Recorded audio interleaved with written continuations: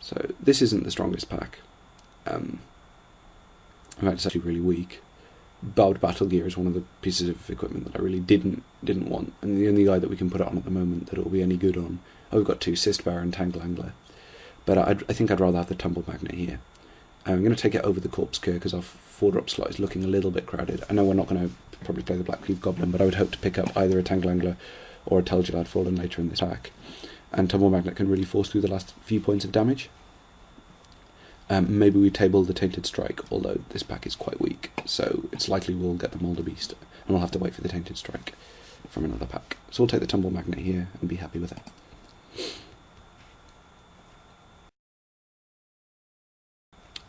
This is a pretty good pack for us. Heavy Arbalest is again really powerful. We've already got one, and I think we'd rather have either the Icarats or the Contagious Nim. I think, looking at the deck the way that it's starting to shape out, I'd rather have another Icarats. No, I think for mana requirements, I think I'd rather have the Contagious Nim. This is pretty close in power level, and Contagious Nim is going to be a bit easier on the mana. We've already got a lot of double greens up at the top, and Telgelad Fallen, and hopefully we pick up another Telgelad Fallen. So Contagious Nim is probably the pick here. Yeah, maybe we table the Wall of Tanglecord, which I've had some success with. This pack's a bit stronger than the previous one. So this pack is a bit weaker, but at least there's a Corpse Cur for us to pick up. Quite happy to play that. Maybe we table the Horizon Spellbomb. Yeah, Corpse Cur it is, I think. So in here we're looking at a few things. Infiltration Lens, another Acid Web Spider. Pretty much confident we're not going to be playing blue, so Trinket Mage is out of the question. Infiltration Lens isn't the worst. I mean, if you put it on a Tangle Angler, that's obviously pretty good. Although it's pretty good on something like a Blight Member anyway. So we'll take the Infiltration Lens here.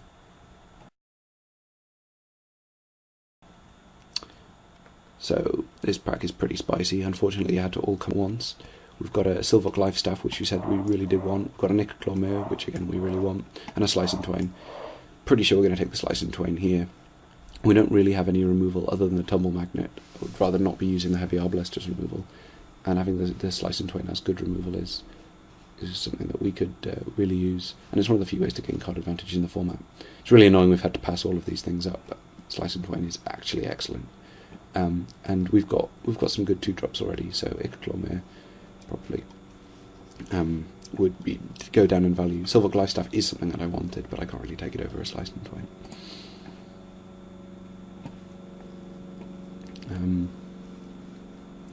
The Spell Bomb, which I don't really want to be playing, and a Vector Asp, which again I don't really want to be playing. Though the Vector Asp can occasionally be an Infect guy, and this guy's just going to draw us cards, so I'm going to take the Vector Asp here. This pack's probably quite weak, and probably has been quite weak, although there's a Sotark and a Carapace Forger still left, but neither of those guys are going to be decent in our deck. So there's a Cyst Bearer here. We've already got one on Tamemite, and we're a little bit short on actual guys. So I'm happy to take the Cyst Bearer here. It's a really solid guy. And that is an Icarats, so that's pretty spicy for us. Yeah. Happy to have taken the Contagious Nim if the Icarats is tabled all the way.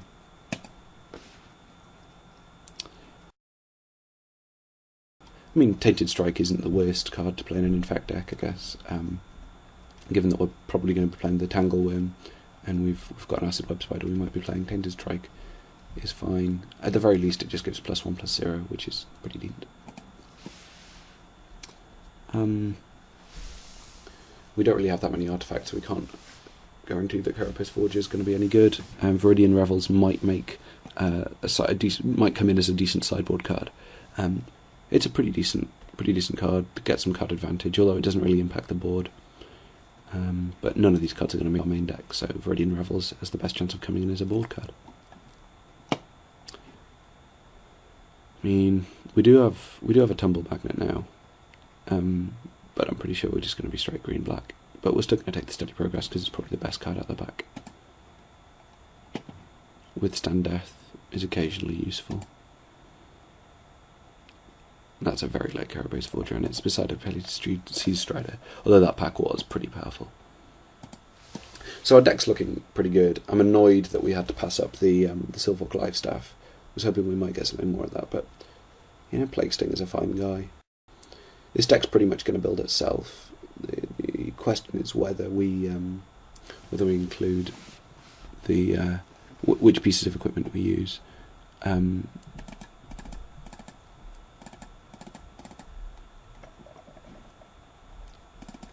Hopefully we can get by without having to play the Goblin, although it's not the absolute worst.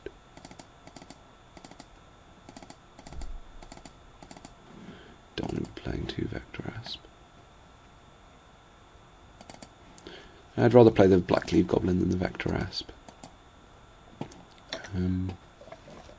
Actually, looking at our curve, that's probably not correct.